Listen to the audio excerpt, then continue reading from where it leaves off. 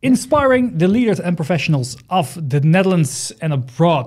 This is DenkTank, the podcast from DenkProductions. And today with a very special guest, Melati Wijsen. So good to have you here with us today. Thank you so much for having me. I'm so excited to be here and to go into the conversation. Yeah, Melati is a wonderful international keynote speaker. And she's also speaking at the Amsterdam Business Forum in September. Yes. And you know all about her story. Yes, I mean, we are programmers of conferences, and we always get tips from people you should check out as you see. And Melati's name is the most often mentioned name during the year. They say, "Oh, I saw Melati Wijsen, you should have her." So no pressure there, Melati, but that is what's happening. And we're having this conversation in English, but your last name sounds very Dutch. Yes. What's the story behind that? I am half Dutch en ik kan wel Nederlands praten, maar ik kan het niet zo goed praten. So for the sake of conversation and storytelling, I will continue Prefer in English. in English. Yeah. Yes. We'll continue. Yes. And tonight, because now this is kind of rehearsal time, right? Tonight you're going to be on stage with P44, right? Whew. President Obama. I am. Yes, so she's going to speak at Ziggo Dome as the lead speaker before Barack Obama. Yeah, and Barack Obama is very excited as well. He's like, yes, he mentioned on stage with Melati. Yes. Wow. Oh my goodness. I'm freaking out, but I'm so excited and really looking forward to seeing what will happen on stage. Yes. Yeah, Melati, you have such an interesting background. You live in Bali.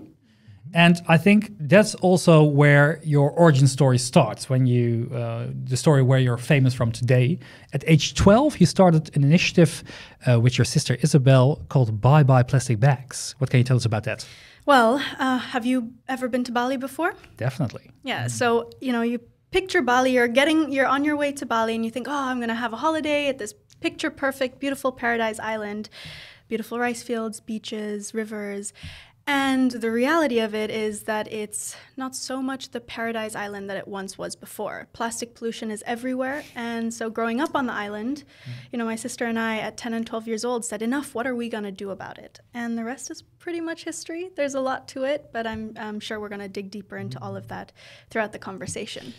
Yes, but then, I also have kids of 10 and 12. They're a bit older now, but when they see something, they complain about it, but they don't take action. Yeah. What did you do? Because actually, to go to the end of that story, you made it possible that single-use plastic bags are banned in Bali and all of Indonesia. In Bali. So this was, the movement Bye Bye Plastic Bags started in 2013 with a clear vision of making the island plastic bag free. And in 2019 only, the ban finally came into place. And this was thanks to the effort of so many like-minded organizations. But the power we had was being young people at the forefront of leading this change, right? Every room we would go into, heads would turn. Every meeting, government meeting, we would question and ask the difficult, big questions. So I think that this was really, for us, the power that we had as 10 and 12-year-olds.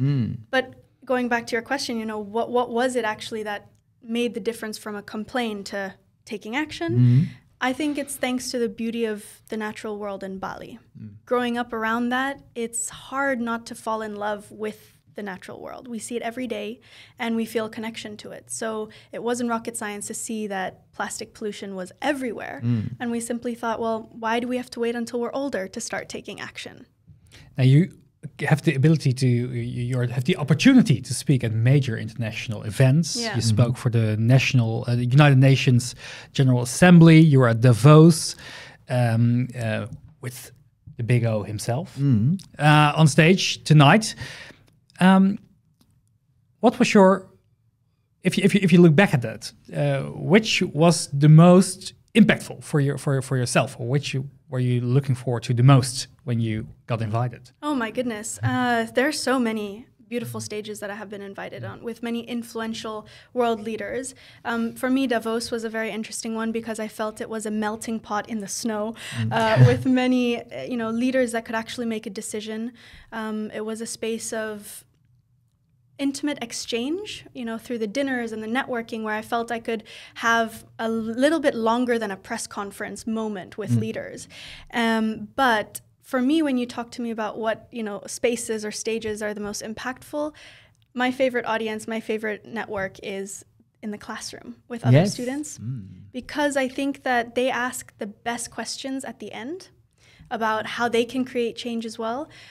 They see themselves in the story of me and my sister taking action. So for me, that's the most impactful, because suddenly the story of Bye Bye Plastic Bags, starting at 10 and 12 years old, we've created this real life living example that kids can do things. And I see the most impact through that, because then they start their own things afterwards. Yeah, it could be a good idea, because you'll be coming back in September, right? And perhaps even sooner to Amsterdam and to the Netherlands. If there are school leaders, school teachers that want to have your story, they should send us an email and we'll connect you to them. Because you say, talking to world leaders is of course great, and they have massive budgets and massive, decision-making power. Yeah. But the real thing is happening, up from the classroom up, right? Yeah, I mean, I think it's a combination. What I've learned and what I see is one fact for sure: change is happening too fast. Change is happening too slowly. Yes. I wish too fast.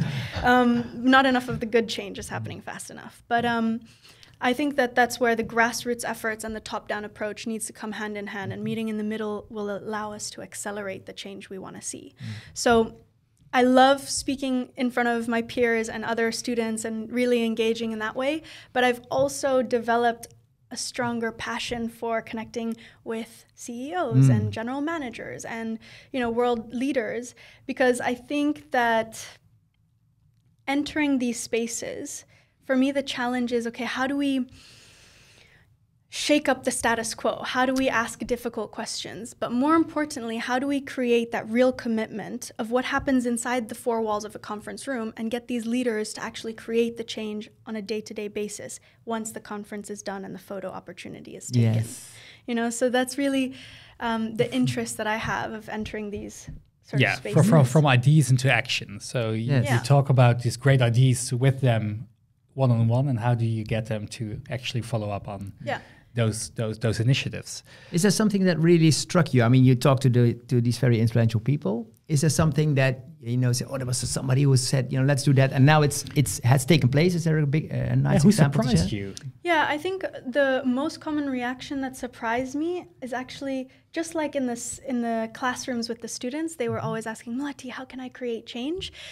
CEOs and world leaders were asking me the exact same question, and it was not a reaction that I was prepared for at all, because here I was entering, a big fancy conference room, thinking, what can I share? What do I say? And at the end, these leaders coming up to us and saying, hey, where do we start on our sustainability journey? And I think that this is now more often becoming a common reaction. And I think one that we have to slowly start to normalize, because this questioning starts the process of that sustainability journey, right? And from that point on, with the resources that these business leaders have, and the guidance and the push of the young generation, that coupled together is going to allow us to really shift towards the change we need to see in a much faster way. Do you maybe have a very tangible example of one of these leaders that really surprised you as a person?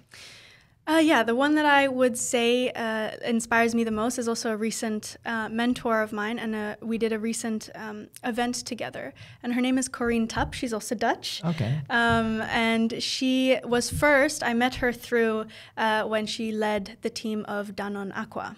So you can imagine that already gets the nods going, like, where is she going with this? 2 years ago, I would have probably said, no way am I collaborating with a big, bad plastic producer like Danone Aqua. Why? And after seeing a lot of the change and lots of personal evolution of thinking, okay, how can we accelerate change faster? It's not about the consumers saying no to the plastic bottles, but it's how do we work and urge large-scale companies to really make those changes. So we started a partnership with Danone Aqua, and with Corine's support as a leader within the company, we were actually able to establish a national innovation contest, where again we bridged the gap between the young innovations that we know exist and are there, with a large corporation who actually is eager, willing, and looking for change, but doesn't know where to start or how to begin. And so that started a really interesting journey of learning, I would say, because the results were not as we wanted. But that leadership within a company like Danone Aqua was something that inspired me. The willingness of a leader to open and create space, and the acknowledgement that business as usual just won't work anymore. Yeah. Now, for a long time, the term greenwashing was big in the business world. These large corporations that all pretended to be very environmentally friendly or have environmental programs. Where do we stand today? What's your opinion on that? Oh, there is a lot of evolution in the way that we view it. I think the how do you say, not the radar? Yeah, I think the detecting of greenwashing has become a lot more common, whether that's in the consumers themselves or what young people are projecting on social media to look out for in the marketing and the narrative. Yeah, the bullshit radar. Exactly. Yeah. That is something that is so much more easily detected. But I feel like, again, here is the opportunity where we can work together with corporates to help them navigate that space, because change is necessary. And they do need to be transparent about what those changes are, but with an honesty and a transparency that currently isn't there. You know, and I think, there's so much here to unpack. So I'm kind of thinking, where do I start here? But I think that this is something that is a challenge for young people as well, what I see, to say, okay, let's sit on the table with these corporations, and for corporations to say, okay, let's dig deeper than just inspiration and only marketing. Sustainability is not a one-time marketing opportunity. It needs to be embedded in the DNA print. You need to have a sustainability department and not have it on the side, but integrated within all different departments. Yeah. So I think this is, where I see a lot of progress has been made with awareness and the knowledge of how to look at greenwashing that's happening all around us. But I also see it as an opportunity to kind of still take it a step further from both the youth side as well as the company side. Yes. Maybe take a very tangible example. In the Netherlands, we have a very polarized discussion when it comes to Shell, for example, the big oil firm, where at one point people say their green energy initiatives are just greenwashing on the pollution that they're creating. Other people say, well, it's good that they are investing and it's good that they are making changes. What's your opinion on that scale? I think that it's also where the frustration comes from, is because these companies are using the narrative that they are doing enough, which is what we need to start changing. It's a good step in the right direction, but it cannot be the finish line. There's so much more that needs to be done. And I think that this is, again, it's a storytelling fix, but also a transparency in what the real end goals are of the company. Because if you are marketing, that you're doing project A and project B and that's it, then there's going to be a lot of backlash, because the end goal is a lot bigger than one or two projects or one or two changes. Yeah. And I think that that's where the frustration comes from, at least from a lot of the Gen Z community. What I also find striking is that obviously, as I listen to you, that CEOs of big companies need a very young, inspiring and enthusiastic person to open their eyes, right? To say, oh, we have to do this. So come on, Yeah, it's definitely a little bit of the challenge, the extra push, because I think we've gotten too comfortable in the way of life. And I think also with what we experienced in the last 2 years of the pandemic and what that did, especially to students and not being in schools and the change of lifestyle, we look at these challenges and think, okay, how can we create opportunities out of them? How do we create circular systems? Because the current way of doing business will not last us longer. And I think this is where we want to see that extra step being taken, not only sustainability, but regenerative, right? So looking at how we can be sustainable from the source all the way through the end. And regenerative meaning not damaging the climate, but actually making it possible to regrow again, right? Correct. Yes. Yeah. Now, in the Netherlands, we have, of course, our national hero, Boyan Slat, who is, with his ocean cleanup initiative, is really rocking the environmental issues in a good way. What are other initiatives you see all across the world that inspire you when it comes to these young, very talented, very smart people who are building these initiatives? Oh, how long do we have? This is my favorite 2.5 hours. Yeah. 24 hours with Hans and Reven. But for example, Boyan Slat is a huge inspiration for me, and I actually got to meet him a couple of times at different events and stages, and also visited their headquarters in Den Haag. And they're coming to Indonesia, so we do have a partnership coming up with the ocean cleanup, which we're really excited about, to help them with their education elements in Indonesia. For me, what I've done over the last 10 years, starting at 12 and now being 22, I've created this new program, this new project, Youthtopia, and that is where I find the biggest source of inspiration on a daily basis. We've built a network of over 250 changemakers from 50 countries between the ages of 12 and 25 years old. And all of these changemakers have their own projects and their own track record of change. We have Mohammed Al-Junde, who at 12 years old had to flee Syria and landed in Lebanon. The school system refused to accept him because he is now a refugee. So he said at 12 years old, enough, I'm going to build my own school. Today, 600 kids go through the school.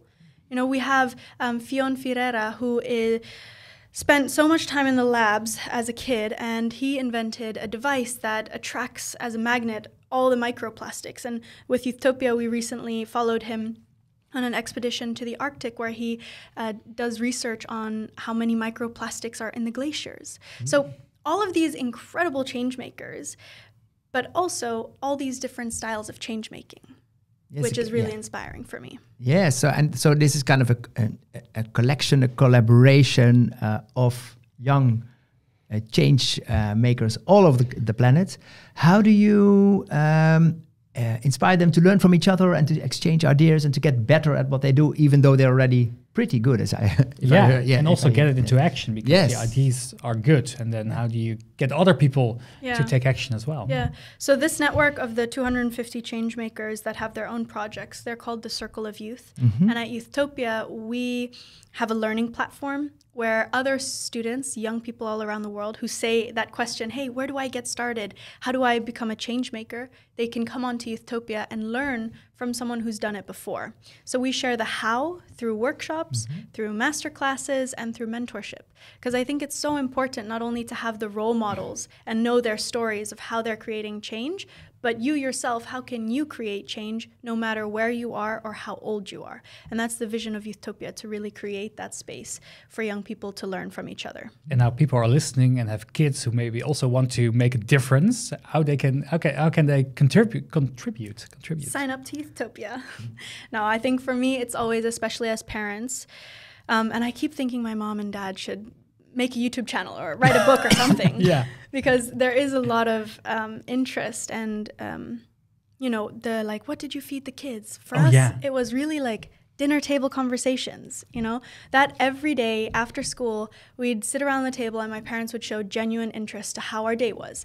And that allowed us to develop the ability to articulate and to storytell. But the level of seriousness, for example, that you give to your kids is everything. Never speak down to them. It's not what my parents did. They always matched us with, okay, if that's what you want, how are you going to get there? And that seriousness allowed us to build the confidence to achieve anything. And from, making a treehouse to organizing a village bazaar, organizing Bye Bye Plastic Bags was just another crazy idea that my parents was like, okay, well, what's the plan? And I think that that's, what I would always encourage parents watching to do to their kids. Yeah, all these young people, that's really wonderful. But we discussed the topic of greenwashing, and now there's a new phenomenon going around you call youth washing. What's that? Yes, youth washing is the new greenwashing. You see this trend, especially in the last 10 years. In 2013, when I started, you would say young people taking action. It would still be like, huh? You would turn heads and it wouldn't make headlines. And today, almost every single young person I talk to has an idea or has a project or is invited or was part of the program. So you get it. Young people are making their way into almost every room, which is great. But youth washing is about inviting young people only at a surface level. The last thing that Gen Z wants is another stage, another applause, and that's it. Thank you for the inspiration. Yeah. So that's youth washing, when there isn't a deeper level of engagement where you invite young people to hear about the roadmap, how you're creating change. You make a few social posts, you lead them out, and you go on with your daily work. Yes. And, of course, it comes from a place of, because I don't think that there's a strong enough understanding of how to genuinely interact with young people. CEOs are, oh my God, are we going to invite activists on stage? No, we're not all going to, hold a megaphone or march to the streets. Again, there are different ways of change making. I think how we move past youth washing is to invite young people behind the scenes before asking them in front of the scenes. So spend an afternoon sharing the roadmap of how you're going to reach your sustainable targets and asking them questions. How can we improve it? Have no recordings on a Zoom discussion where you're discussing, different challenges that you're having and brainstorming with young people, inviting them to come and take lead with better narratives for the company or for the project. I think that's something that young people on a prior to the event level would like to be more involved in, but also once the headlines or the promises are made on stage, make sure that there's a longer term engagement with young people to be involved and follow through on the implementation. Because I think that's what we're all interested in, right? It's so easy to make these big promises nowadays because you know that your consumers are going to want this in the next future. If you're not jumping on sustainability now, you won't have a license to operate in the future. And it's as simple as that. So we're seeing this quick, fast action of inviting a young person on a panel here or onboarding them as an ambassador. But it stays on a very limited interaction and engagement, where, again, young people are asking for more, to be involved, to implement the change with you. Yes, and so you do have structures also to do that, because I can also imagine that people in boardrooms simply don't know how to do it. Yes, right? So this is the other side of Youthtopia. And oh my goodness, there's a lot that I have learned by doing. Yeah. No, super interesting also, because when I graduated, the experience with bioplastic bags, running that as an NGO, a non-for-profit, it was very clear that there was no, I'm going on a tangent, so stop me if you don't think this is interesting. But you probably won't, no. No, but bioplastic bags, it was very simple that if there was no funding from fools, friends, and family, there was very slow or little action to keep running. So when I started Youthtopia, I thought, okay, I'm going to set it up as a company, as a for-profit. We're going to do it. And then I graduated high school and I had to start Youthtopia, and I had it was a whole learning journey of how to set up this business model.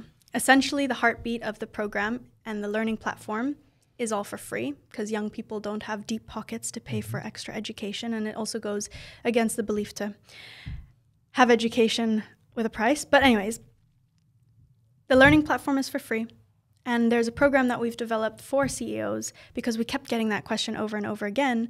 It's called Youthtopia Shift. It's a 5-step program that enables over the course of 18 months. So we're asking for the commitment. It always gets the reaction of, 18 months, okay. But it's to ensure that commitment is there. And it sets you up through analysis of Gen Z and the view of the product, the view of the company, and the status of how it is in today's world and climate of sustainability. We set up youth councils and host those meetings for you to integrate young people into your companies and the roadmaps that you need help on. And there's all these different procedures that we go through to make the young person feel heard within the company, but also for the company to feel like they understand and they get what they want from the Gen Z perspective. Do you have maybe an example of a company that is doing really well in this regard? That we work with, or generally? In general, but maybe you work with as well, to where we can learn from? Yeah, for my inspiration, when I talk about companies, the one that I always look up to is Patagonia. Definitely. And the recent shift that they did to make Mother Earth their only stakeholder. For me, it's not only a bold narrative change, but it also shows that business can really center around being good for the planet.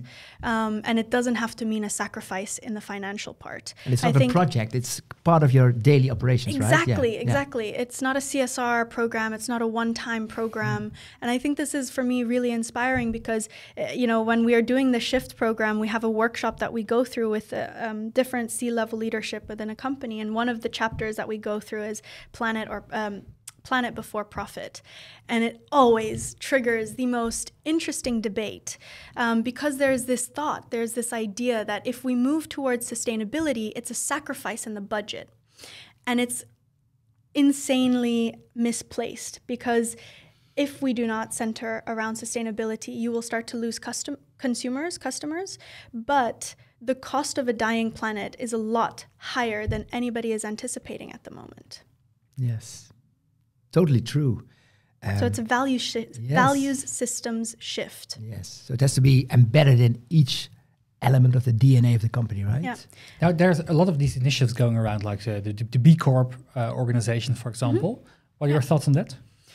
We are a B Corp company, registered, finalized. I think it's a good way to get companies aligned and starting the process. But I think, again, it cannot be the only step. It's definitely something that we suggest all companies to go through and to apply for, but it's not the end goal.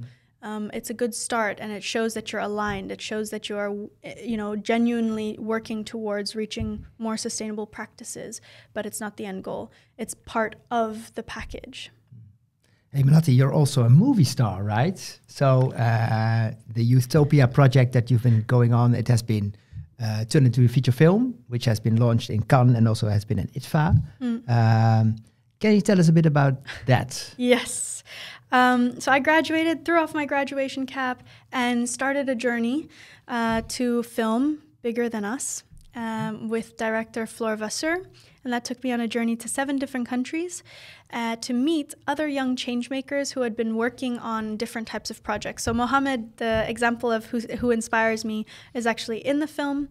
But we went to Malawi and I learned about girls' access to education. We went to Lesvos and spent time on a refugee rescue boat. We went to Uganda, learned about permaculture. So you can definitely say my plastic bubble bursted. Yes. And I learned so much about so many of the different challenges and hardships that exist in today's world, but also all of the incredible positive work that is being done. And for me, it was coming in a place where I was 18, I was so burnt out. I was so frustrated that change wasn't happening. And then I had this incredible opportunity to meet and to have those curious conversations. And suddenly, through that connection, it was instilled, and I remember it again, that we are not alone. We're part of a generation that is working so hard in different ways to create change. And today, it's making its way out there in the world as a feature film. Yes. How can we watch it? Is it on Netflix? This is always the hardest question to answer. I wish it was, at this point, I wish it was on YouTube or something so accessible. But unfortunately, the distribution release is a little bit more difficult. It's a whole other world I don't really understand. But we premiered at the Cannes Film Festival, which was amazing to be in that space of glitz and glam and say, boom, this is a reality that's happening. You can imagine that everybody in their very fancy dresses were leaving the room with full goosebumps everywhere. But the film is in 50 countries, distributed through local distribution companies. And over here, it's through ITFA and... We'll place a link in the show notes. Yes, let's do that. These are the Dutch ones. Yes. It's over here on the screen. We'll find out. Yes, definitely. It should be good. So is it possible, for instance, if we rent a cinema, reach out to the people and say, we're going to run it? So this is the most amazing part. Whereas the distribution on a more official way is very challenging, what we have seen is that individuals who watch the film at different events are then the ones who are taking it forward and organizing even more community screenings. So the power of people is what we really see through this film. And I think in France alone, there's been over 4,000 community screenings. In Indonesia, Utopia has organized over 2,000 screenings, and it's just been a wild effect of bringing the movie across different countries around the world, but led by people. We should. Do you have a cinema available? No, I know someone. I know one. Yeah, I've one idea as well. Yeah. Okay, good. To be we did it here at the Tuschinski. Oh, which is the a other nice day. one. This is very Yes, it was beautiful. Yes. Yeah, or if a listener has a cinema available, reach out. Okay. Perhaps a final question, because you already touched upon it, but there's many people who listen to this podcast who are entrepreneurs, who are leaders in companies and want to make a change. They are too old for Utopia, but they still want to make a movement happen. Can you give them some ideas from the experience that you have, how to get started? I think for me, there are a couple of things that I can share here. The first thing that comes naturally to mind, or what comes to mind right now, is I was recently giving a workshop with different CEOs, and it was a full-day workshop. And the goal for me was to, kind of boost the confidence of their leaders to really make sustainability a thing that they were working on.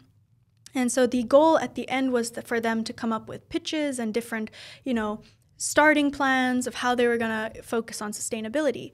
And what I saw was a beautiful, very incredible, but very long and complicated wish list of what the company was now going to do to be part of the sustainability journey.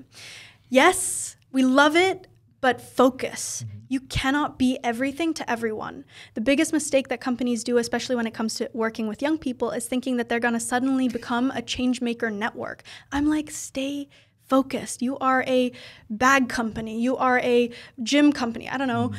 Stay focused and focus on what within your industry is missing in the sustainability space. I think that that's something that we have to normalize more of and expect also more of, that not everyone can be everything to everyone.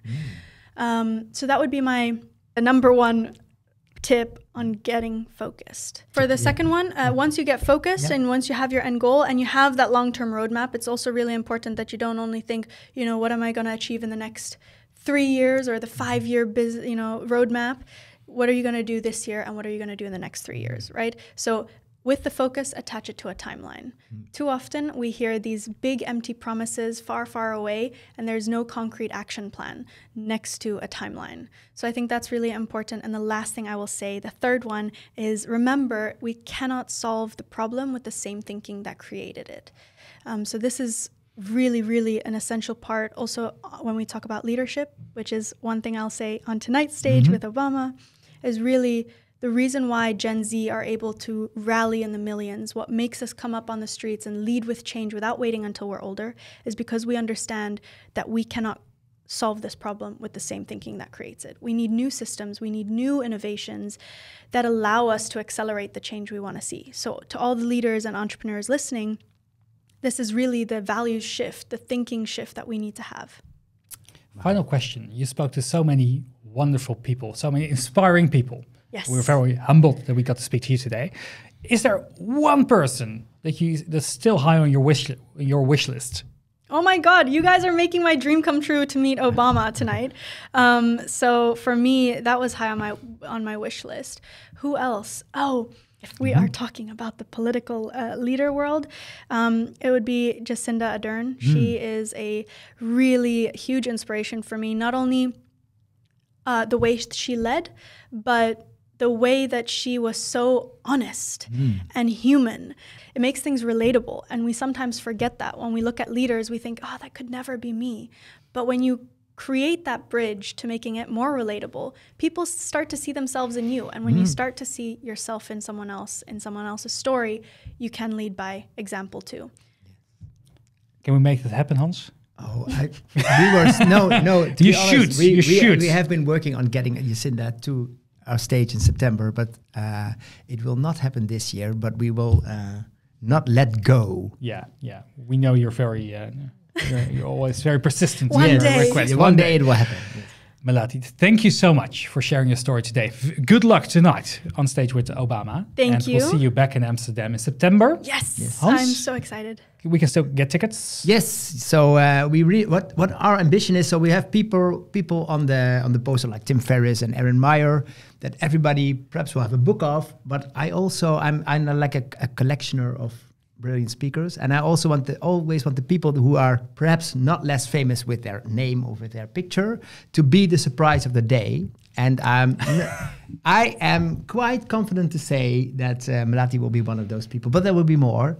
And that's the fun of my work, right? To bring people to the stage that really deserve it. And I think Melati is definitely one of those people. So if you want to join us in September for the Amsterdam Business Forum, go to DenkProducties.nl. Thank you so much. Thank you so much for listening and for watching. I hope to see you next episode of DenkTank.